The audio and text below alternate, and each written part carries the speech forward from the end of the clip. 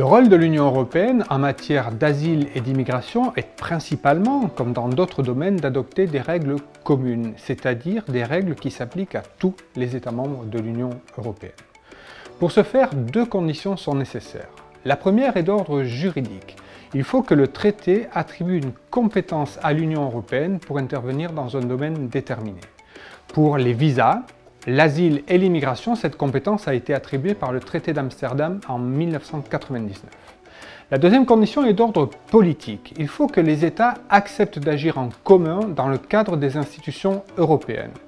C'est-à-dire qu'ils acceptent que la Commission européenne, le Conseil de l'Union européenne et le Parlement européen adoptent des décisions européennes. Ces décisions sont traduites en règlements et en directives que les États membres doivent appliquer dans leur État.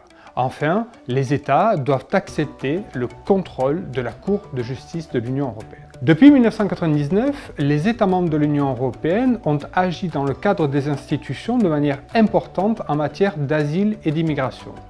Ainsi, ils ont adopté un nombre important de règles en matière de gestion des frontières extérieures de l'espace Schengen.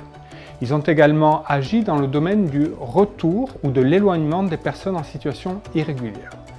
En matière d'asile, plusieurs règles ont été adoptées pour établir ce qu'on appelle aujourd'hui le régime d'asile européen commun. Enfin, le domaine de l'immigration légale a aussi été abordé, mais de manière moins importante, car les États membres considèrent que ce domaine relève encore de leur souveraineté. Depuis 2015 et la crise dite des réfugiés, les divisions entre les États membres ont émergé, rendant la prise de décision commune difficile, si ce n'est parfois impossible. Par conséquent, le rôle de l'Union européenne s'est retrouvé affaibli.